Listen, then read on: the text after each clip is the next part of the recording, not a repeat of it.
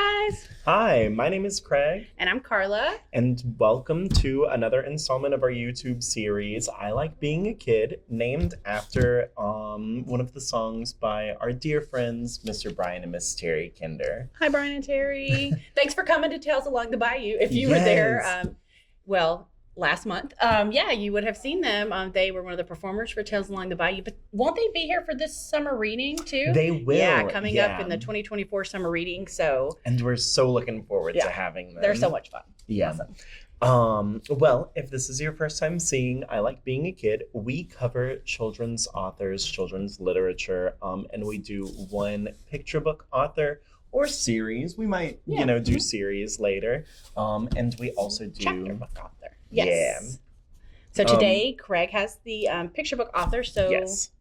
Ready to get started? Certainly. Yeah. So I picked Gerald McDermott. And just to get it quick out of the way, I think that Gerald McDermott, like you mentioned about Gil Gibbons, is one of the unsung heroes of children's literature. There was a point at which I was determined to read every single Caldecott Medal and Caldecott Honor winner. And Gerald McDermott had 3 in there. Ooh. And every time I came up to one of his books, I was like, oh, excellent. And so I just kept reading books by his. And I really fell in love with it. So am I correct? If he was a Caldecott winner, am I correct that he's an author and illustrator combo? He is. Okay. Gotcha. Yes. Yeah. For those who aren't aware, the Caldecott Award, I know this is maybe a lot of you know, the Caldecott Award is given from the American Library Association for illustrations. Every year a book is chosen. And there are several criteria. Like good illustrations can't get you the Caldecott. The illustrations really have to help tell the story. There's a lot of things that the committee votes on. So to be even nominated multiple times is a big deal. It's great. Yes. Yeah. And we're actually going to go into how his illustrations work with his stories and books, because I really do feel as if he makes an effort to let his art reflect the culture of the story that he's telling. And can I say that? Okay, so when I knew nothing about him, and just from looking at his books, a lot of them have African vibes. Yeah. I would have thought him to be an African-American man, based on but I'd never seen him, and just based on his books, that's what I assumed. Yeah, he was a white man. Yeah. But he just felt so passionate about telling these unsung stories about other cultures. He has Djibouti from the Amazon and Arrow to the Sun from Pueblo Indian, I believe, Somo the Rabbit from West Africa, and even the creation myth from the Judeo-Christian religions. It's really interesting, and I really love just the passion with which he has done his books. Now, the very first time I Googled Gerald McDermott, a couple of things came up. One is that Google put him as a film director and not a children's book author/illustrator, which I felt was really interesting. And so I did some research, and Anansi the Spider, one of the books that he's most well known for, actually started out as a children's movie short. In fact, I'm going to go ahead.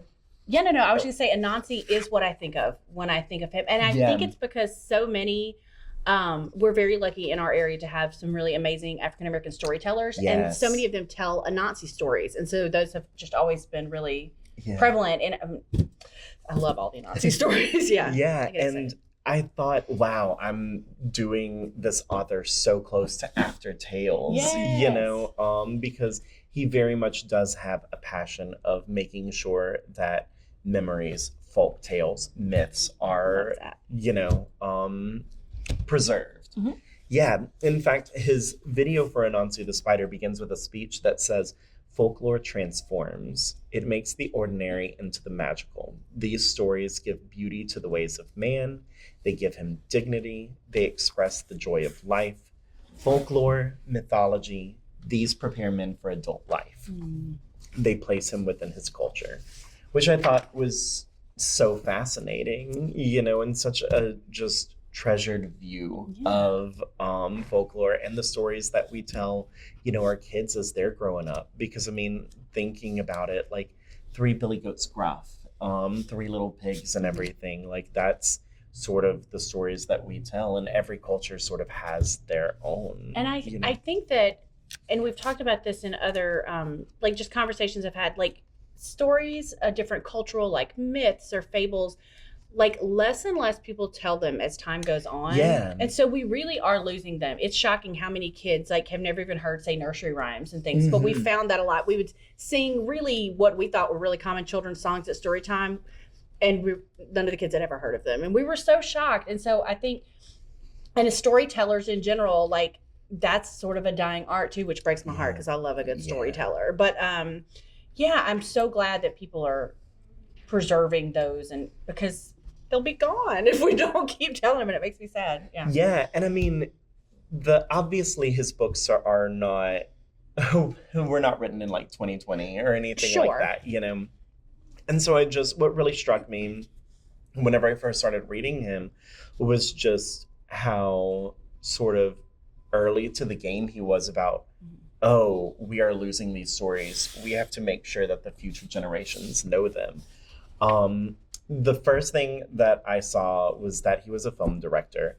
The second thing that I saw was that he shares the exact same name with a pretty prominent theologian. Oh. Yeah. And so YouTubing him was pretty difficult because like I just saw sermons and sermons and sermons, and I'm like, that's not what I'm looking for.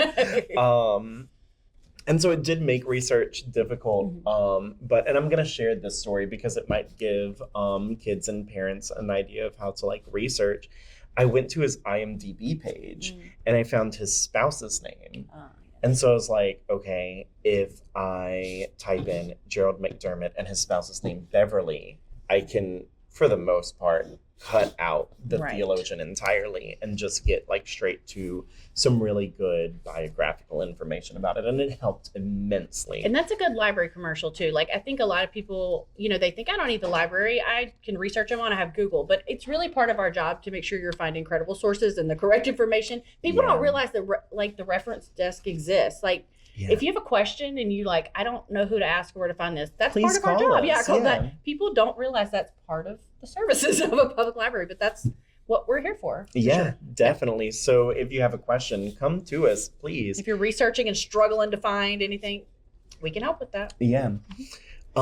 So also his books are from places that like have not necessarily been as celebrated in Western civilization, you know, Asian, African, Polynesian, other myths. And the Caldecott medal that he won was for Arrow to the Sun. And he won a couple of Caldecott honors for Anansi the Spider and Raven, a Trickster Tale from the Pacific Northwest, which all three of them are just magnificent. I love all three of them. I haven't seen a McDermott book that I dislike, honestly. Can you give me a time frame, like around when he was writing? Or I don't know much about it. He wrote around like 60s, 70s, around there. Am I correct that maybe he's no longer like with the us? 80s and 90s. Yeah, he's not. Right. He died. I'm pretty sure that the year is 2012. Okay. So he hasn't been with us for some time now. But he started it with Anansi the Spider, and then there was George Nicholson who sort of told him, hey, there's money to be made in children's books. And so he actually adapted his Anansi the Spider film to a book, and for his knowledge, no other precedent that he knew of was there for making an animated film into a picture book, you know. So that's sort of how that got started. And there was something where he was looking forward to seeing how the kids were going to react to, you know, his film and his books and everything, because he had been hiding in what he called his monk cell. And the children loved his work and took so much more from his work, it seemed, than the adults did, you know, which really, you know, touched him. He was born in Detroit in 1941, and he did not grow up in a home that was really associated with the arts. So his parents were a little surprised whenever he started drawing, but I will say this about them. They were super supportive, and they were great. They enrolled him in Saturday kid classes at the Detroit Institute of Arts. Cool. So he was sort of surrounded by art every Saturday. And this is like from 4. Oh, wow. So it was evident that he loved creating art so much that his parents felt compelled to keep him in those classes. And I do think that it might have been that exposure to the museum art every single Saturday that sort of inspired his love of other cultures. You know, I could be wrong. I never really saw anything like that in my research, but that's just what makes sense in my mind, you know. Really the only thing that he remembers from like his elementary school days is winning a poster contest when he was around 10, and that actually propelled him into working harder at his art and winning more and more competitions. Cool. Also around this time, he started voicing from a successful audition at a local radio station that introduced him to music, timing, sound effects, you know, all of the stuff that a film director would really need to be thinking about. It was a Saturday morning show called Storyland, and again, he's like about 10, you know. So and then going into high school, it was mostly used for practicing art as well, attending a public school with a focus on the arts. So it really showed that he was really focused on doing what he would be doing for the rest of his life, you know, making art and making really media in any type of way. He studied music for 4 years as well, and classical ballet for 2, which is really interesting. He was really very well-rounded in the arts. That's what I was definitely thinking. I was like, of course he did. Every single like new thing that he learned was like Gerald. It was around that time in high school where he started actually working with film, and he had a lot of support from his parents from that as well. He actually got so much recognition that he earned a scholarship, which helped him with the tuition at Pratt Institute.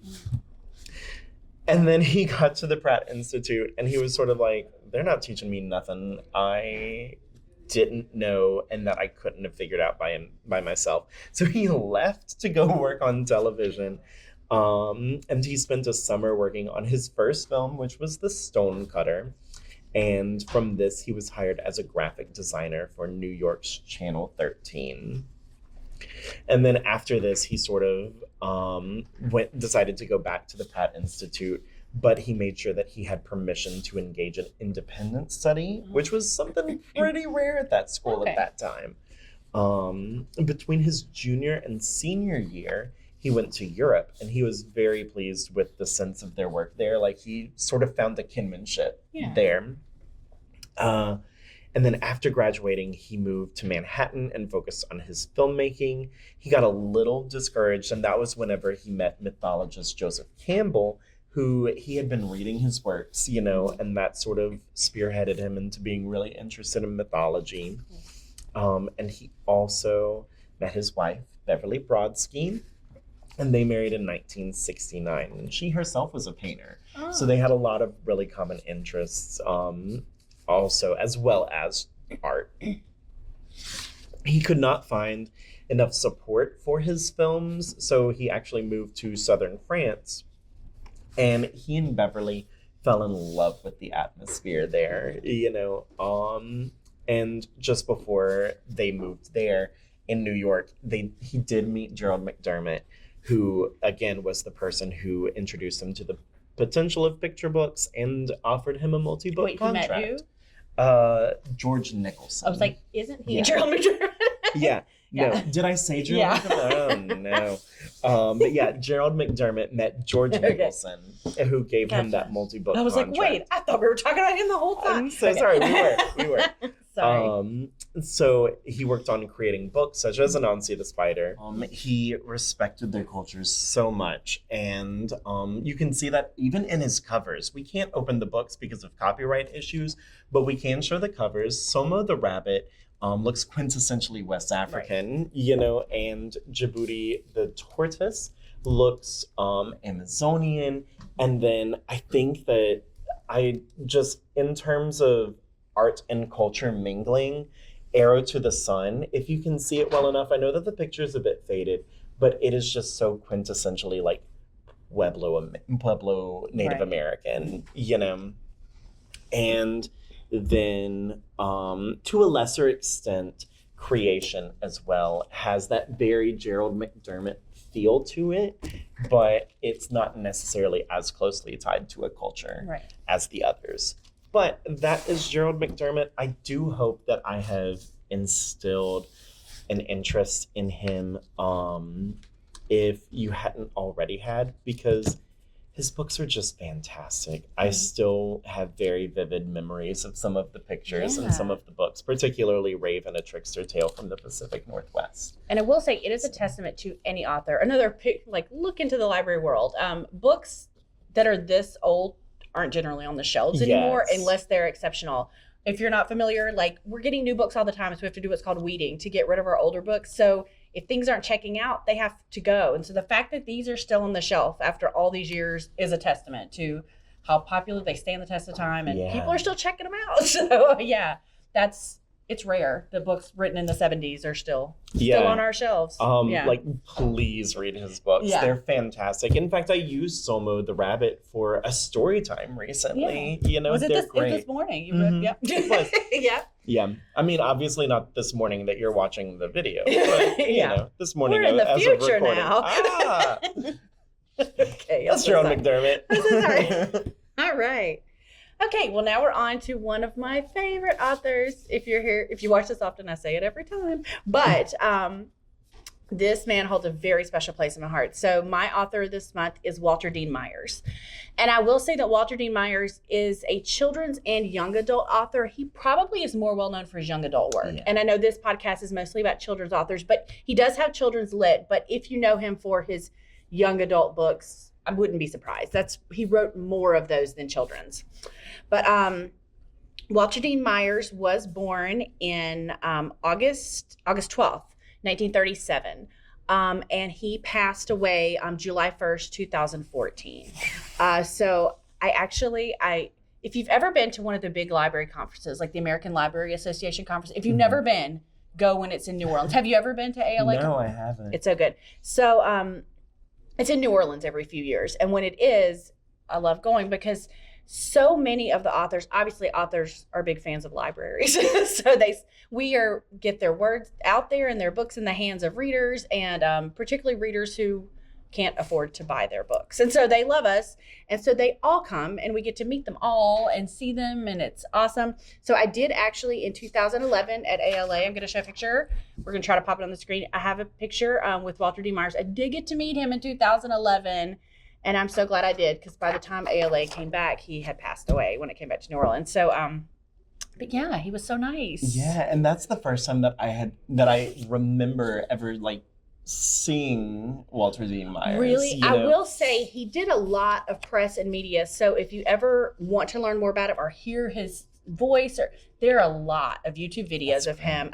Particularly from 2012 to 2013, he was the national ambassador for young people's literature for the Library of Congress. So he spent that whole year just traveling around to schools. He went to Harlem a good bit because he did grow up in Harlem for the most part. So he went to a lot of schools in Harlem and talked to kids, and just his, every author who does that has like a motto, and his kind of platform was reading is not optional. And so he spent that whole year just traveling to schools and talking to kids. And he really did find that, he said, sometimes I go into these like prisons or places, and he's like, some of these people, they've never been able to read. He was like, 50 years ago, even if you couldn't read, you could probably get a job that was mostly manual labor and you could earn a good living. He was like, it's just not the case anymore. And so he was like, it is not optional. Like, you have to learn to read. And one thing he told, which I thought was fascinating, he said his father could not read, and he did not know that until after he passed away. Wow. So, and I don't know, I didn't hear him say who told him or how he found out, but he said in his life, his father never once praised him for his books or said anything nice about any of his books. And it was he didn't want to bring them up. He didn't want to talk about it. It kind of hurt his feelings. He didn't feel like his dad was proud of him. But he never had the courage to bring that up to his dad. Do you like my books?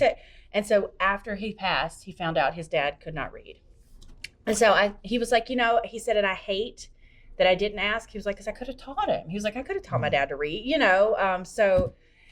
I am glad that he got that closure. Absolutely, yeah. But it's, so and he really encouraged kids to talk to people about those things. I heard that, I didn't read that anywhere in a research, but I saw it in an interview where he was in a school in Harlem and a little boy asked about it. And I thought it was so interesting, yeah.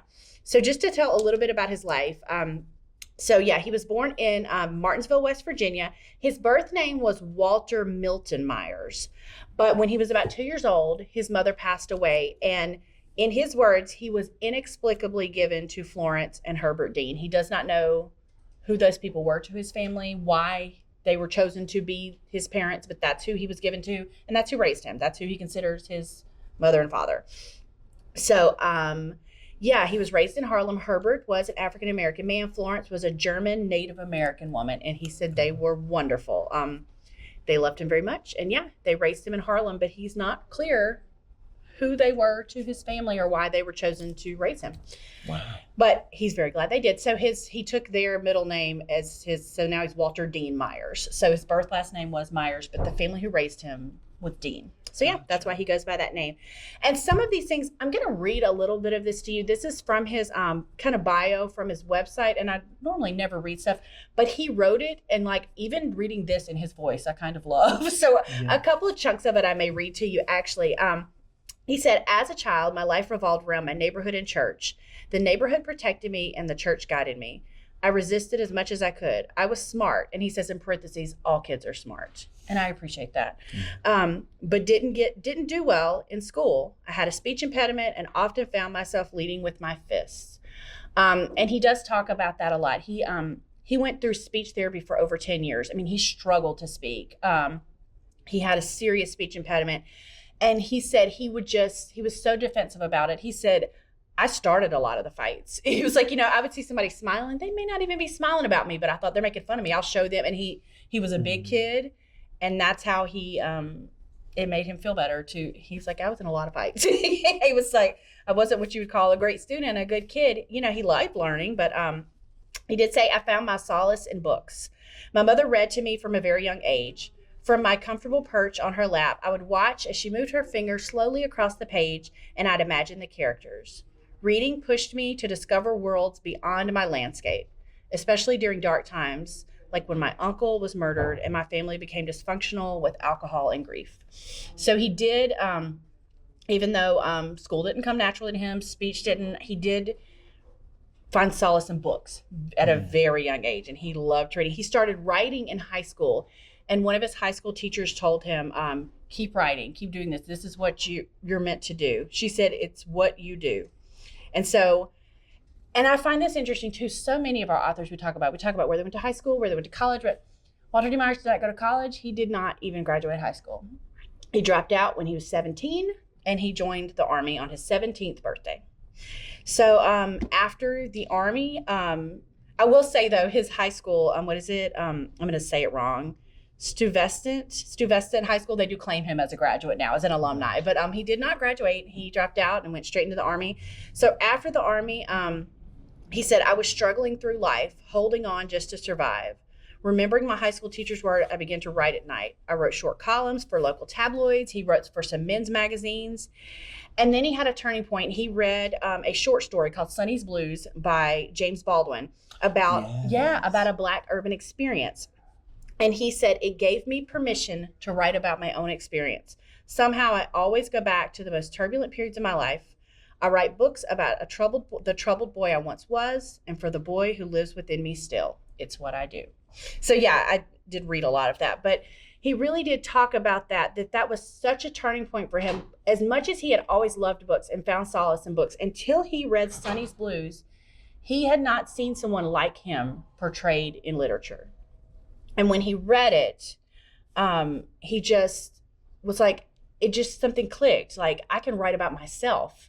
He was writing, but it hadn't occurred to him. People might want to read books about a boy like me, about a boy. And so when he read that, he realized, that's what I can write. I could write about that boy I was, the boy that still lives in me. And that's really what his books are. So many of his books will be about a young man from Harlem. There's some about a young man in the military. I mean, they're not necessarily autobiographical, but he definitely bases them on his life and things he lived or could have lived. And I mean, honestly, that's great. Yeah. Because especially at the time that he was writing, I feel as if there wasn't that many stories coming out of Harlem. Absolutely. Yeah. And I have always said, and you've heard me say it, I think everyone should be able to see themselves in a book. That's why I think it's so important for us to have diverse books on the shelves at the public library. Everyone should be able to come into this place and find a book where someone that looks like them, whose family looks like theirs, whose life looks like theirs, is on those pages. I think it's important. Yeah. Because I think a lot of people, until they see that, feel kind of alone. Like until you see someone else. Because maybe no one where you live looks like you. Maybe their family doesn't look like yours or their experiences. But anyway, that's a soapbox of mine. I think that's very important. So just to list a few of his awards. He won, the Margaret A. Edwards Award for Lifetime Achievement for Literature and Young Adults. Most of his books are for his YA, young adult. Again, he wrote children's lit as well, but I'd say most are YA. Now, he did win 5 Coretta Scott King Awards, and some of those were for children's. 2 Newbery Honor Awards. We talked about the Caldecott. If you're not sure, Newbery is for writing. It's for like the children's chapter book. Now there are some like picture books that have one as well. That's true. It's not necessarily chapter books, but they are most commonly the ones who walk not away like with a preschool age picture book, like an older, So, and then he was the first winner of the Prince Award, the Michael Prince Award. Oh, okay. So that was in 2000. If you're not familiar, the Prince Award is given by YALSA, which is the young adult literature portion of American Library Association. And it is for the young adult best novel of that year. So the first one went to Monster in 2000. That was the very first Michael Prince Award. I didn't realize Monster was that old. 2000, yeah. Gotcha. Mm-hmm.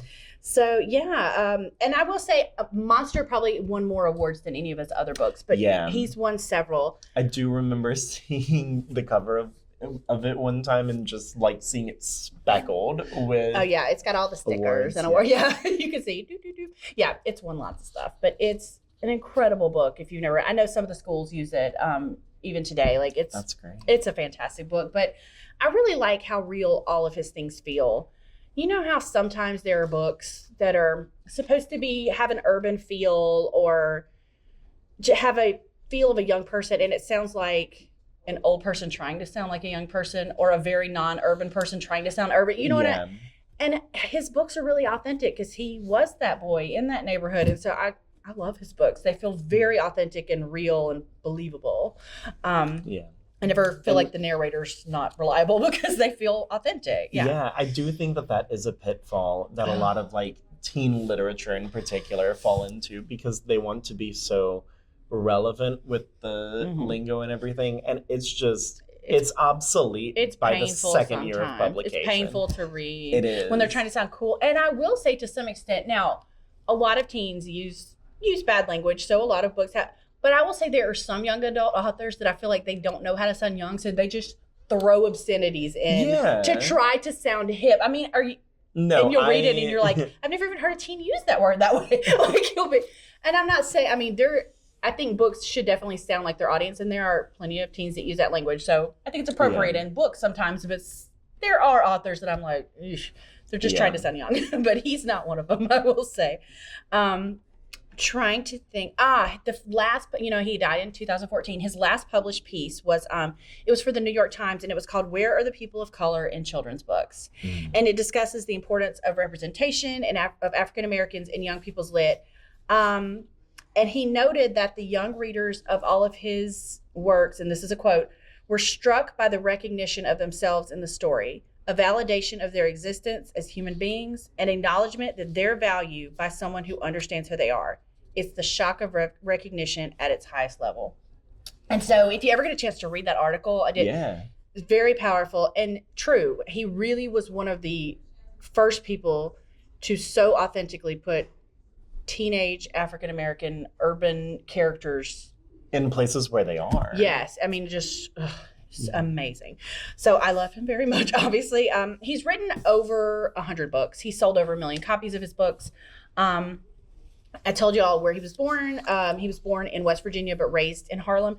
He lived as an adult in Jersey City, and he lived there until his passing. He lived with his wife, 2 sons, 6 grandchildren, and 2 great-grandchildren. He was preceded in death by his daughter, Kim. But one of his sons, Christopher Dean, is actually a children's book illustrator, and he's illustrated several of his books. So they worked together on a lot of books, which was cool.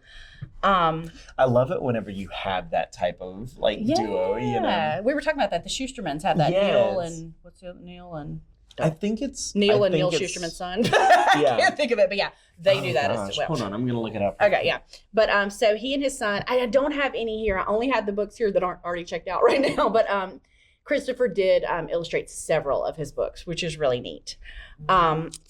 He did pass away at he was in a hospital, and it was after a pretty short illness, so it was kind of unexpected. But he's just so beloved in the literary community. I love his story. I love that he is not someone growing up or looking at where he came from or his education or anything or the path that he followed for big part of his life that you would say, well, he's going to be someone to influence children in a positive way one day. And he knows that about himself, but he did. And he loves that teacher told him, you know, this is what you do. This is what you do. And when he got really lost after the Army, he thought, this is what I do. And he started writing again. And that's really kind of what saved him, because he could have gone down some dark paths. And he will say he did make choices at times that he's not, you know, that weren't the best. He didn't stay on the straight and narrow every moment of his life in perfection, you know.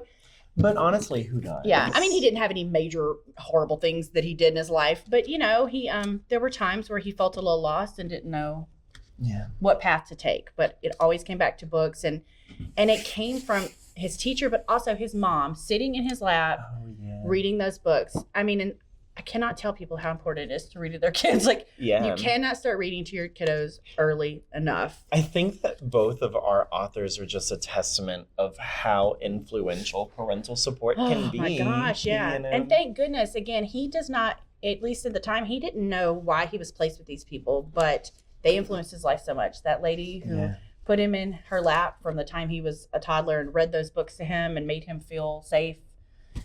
Books made him feel safe. And that just, you know, carried over. It's so important. But yeah, so he's one of my favorites. I love Walter D. Myers. He just has a very special place in my heart. He's an amazing author. I did look it up. Neil Schusterman's son is Brendan. Okay. Brendan Schusterman. Okay, sorry. Yeah, they wrote some books together. I forgot as well. But that's why, so we probably won't ever cover them on the podcast. Sorry. Yeah. But yeah, that's our authors for this month. If this is your first time, again, what we normally do at this point is we will announce who our authors will be for next month. Now, since Craig did a picture book this month, it'll be me and vice versa. Yeah. So you want to announce? Yes. So for next month, I will be covering Karma Wilson. Okay. Because you know I love her. Yes. I knew that you had been thinking about her, but I wasn't sure if you had locked her down. I'm locked in. Yeah. And I think that I am going to cover Madeleine L'Engle. Ooh, yeah, I love classic. Her. I really do love Madeleine. Oh, and it's going to be like a girl power episode. It will be. Because those are 2 strong ladies. Yeah. Awesome. Well, I hope you learned something new and enjoyed it. Thanks so much for watching, and we'll see you next time. Yeah, bye. Definitely. Please consider checking out Gerald McDermott or Walter D. Myers' books. You know, I mean, both of them have stood the test of time. Or any books. If you don't know what you want to read, come in. We will help you find something. I always say, people who say they don't like to read just haven't found the right one. Haven't found the right book yet. It's here. So come see us at the library. Thanks so much. Bye.